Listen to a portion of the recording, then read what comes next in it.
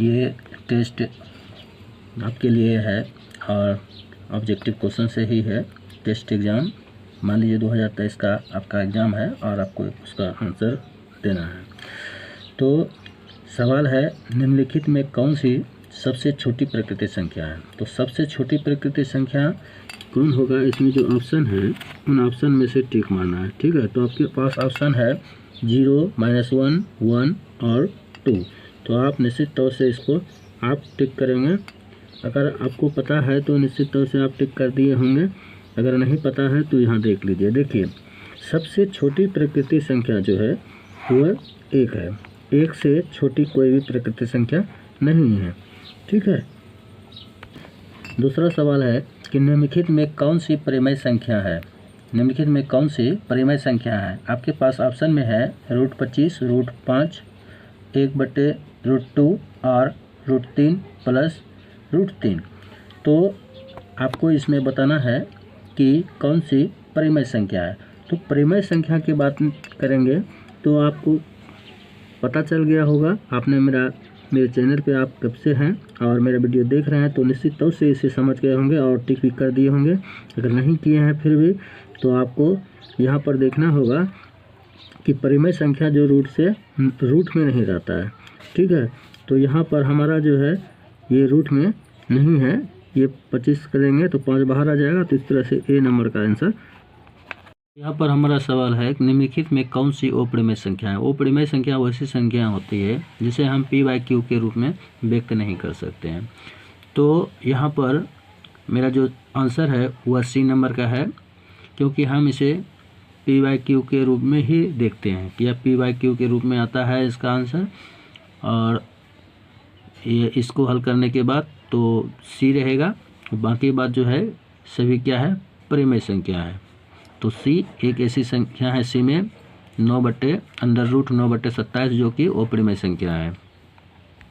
अगला सवाल है, यदि p और q दो अभाज्य संख्या है तो महत्तम समावर्तक होगा। देखिए, p और q जब दो अभाज्य संख्या रहेगा, जब दो अभाज्य संख्या होता है तो उसका महत्तम समावर्तक 1 होता है। तो ये चीज़ आपको जानना होगा और अगर नहीं आपको पता है तो उसे आप कंठस्थ करके दिमाग में घुसा लीजिए। तो इसका आंसर क्या हो जाएगा? ए नंबर। यहाँ पर ऑप्शन में दिया हुआ जो आंसर है वह उसका सवाल है 0.133333 ऐसे करके इसके बाद आते रहता है 1313। तो उसके ऊपर हम क्या करते हैं, एक एरो दे देते हैं और उसके बराबर जो मान आता है वह आंसर कौन सा होगा ये आपको बताना है। तो आप इसे हल करके भी देख सकते हैं और अपने टिक पर अगर जानकारी है तो ऑप्शन पर टिक कर सकते हैं। तो आपका आंसर यहाँ पर हो जाएगा क्या? C number.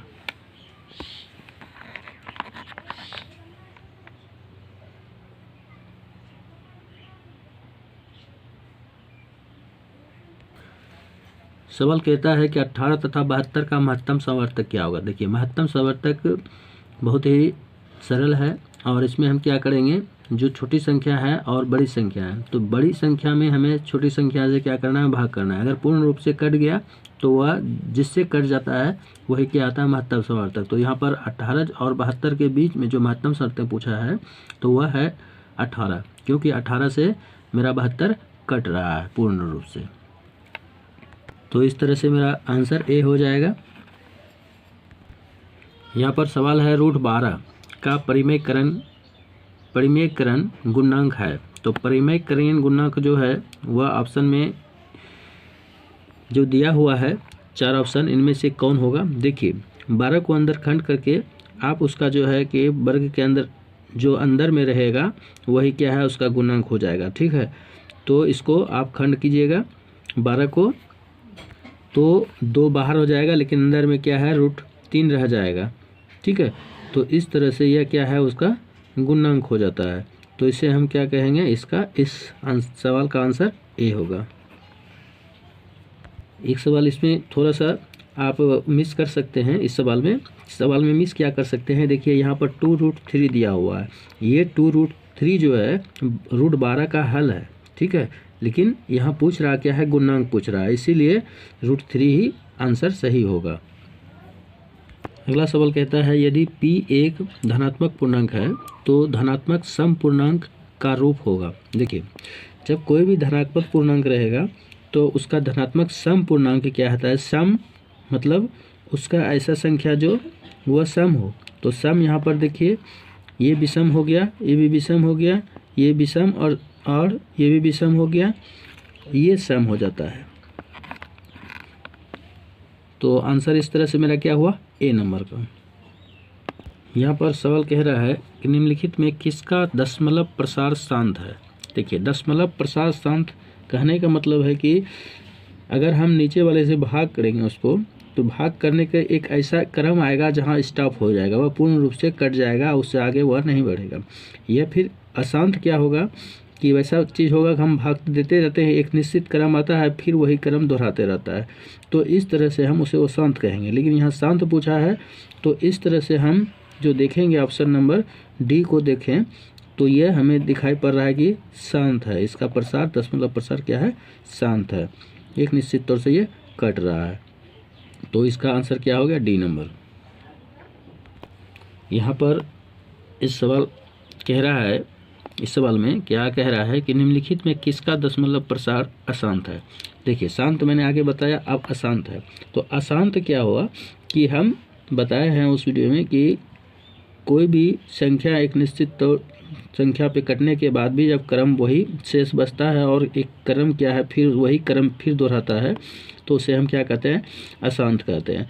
तो इस तरह से इसमें जो देखते हैं हम अशांत कौन होगा, तो आप अपने जो है ऑप्शन पे टिक मारेंगे और मेरे जो ऑप्शन पे मारे गए टिक पर मिलान करेंगे। ठीक है, तो निम्नलिखित में किसका दशमलव प्रसार क्या है, अशांत है। तो हम ऑप्शन में सी नंबर मेरा आंसर सही है, और ये क्या है, सही है कि यह इसका जो दशमलव प्रसार है वह अशांत है। मैं आशा करता हूँ कि आप इस तरह से 10 मेरे महत्वपूर्ण ऑब्जेक्टिव सवालों को समझे होंगे और इसे देखे होंगे। वीडियो देखने के लिए बहुत बहुत धन्यवाद। अगर सवाल समझ में आ रहा है और अच्छी तरह से आप वीडियो को समझ रहे हैं, तो निश्चित तौर से मैं चाहूँगा कि मेरे चैनल को सब्सक्राइब करेंगे। अगर नए हैं तो और पुराने कैंडिडेट हैं तो निश्चित तौर से चाहूँगा कि आप एक लाइक और अपने दोस्तों के बीच शेयर जरूर करेंगे। वीडियो देखने के लिए बहुत बहुत धन्यवाद।